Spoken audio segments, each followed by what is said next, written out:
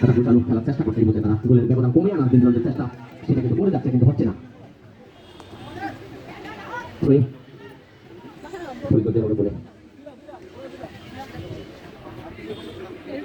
বানিয়ে দিয়েছেন রাফেলের অফিসে, রাখতে পারলেন না, বলতে না রাফেলের বাইরে, রাফেল ধুয়ে দিতে পারছেন, বাবাকে বাড়িয়েছেন ডান পাশ থেকে কাকম চেষ্টা, এই মুহূর্তে ফরিদুল্লাহ দেখা যাক ক্লিয়ার করলেন, রক্ষণ বাকি খেলোয়াড় এই মুহূর্তে কিন্তু ওরা পাহাড়ে রেখেছিলেন।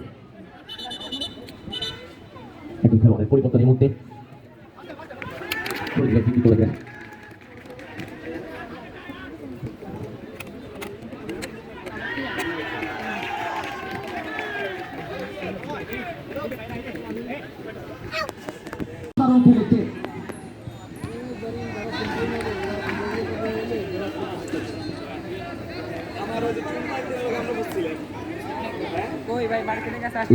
অনেকটা কষ্ট হয়ে গেছে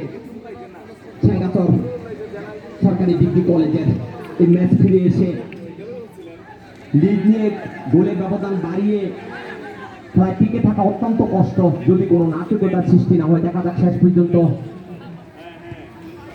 কি হয় সেটা এখন দেখার বিষয়। বল সরাসরি পাঠিয়ে দিলেন 5 লাইনের বাইরে। ফরিদগঞ্জ বঙ্গবন্ধু সরকারি ডিগ্রি কলেজ 3 এবং ছেঙ্গাচর সরকারি ডিগ্রি কলেজ 1।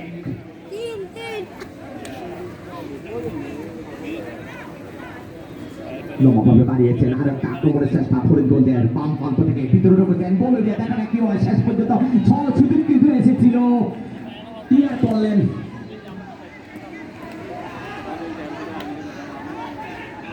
আক্রমণে কাউন্টার অ্যাটাক ছেঙ্গাচর চমৎকারভাবে বাড়িয়েছেন, জানতাম বাম প্রান্ত থেকে একটা আক্রমণের চেষ্টা এই মুহূর্তে দেখা যাক, এবং রেফারি কিন্তু বাঁশিটা বাজিয়েছেন।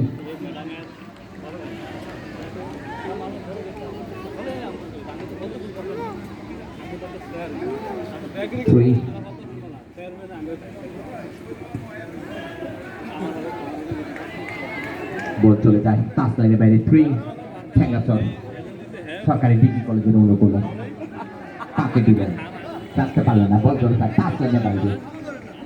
3 এই মুহূর্তে ফরিদগঞ্জ বঙ্গবন্ধু সরকারি ডিগ্রি কলেজের অনুকূলে লম্বাভাবে বাড়িয়েছেন চতুর্থ খেলার উদ্দেশ্যে, রাখতে পারলেন, বল চলে যায় টাচ লাইনের বাইরে। এই মুহূর্তে ছেঙ্গাচর কিছুটা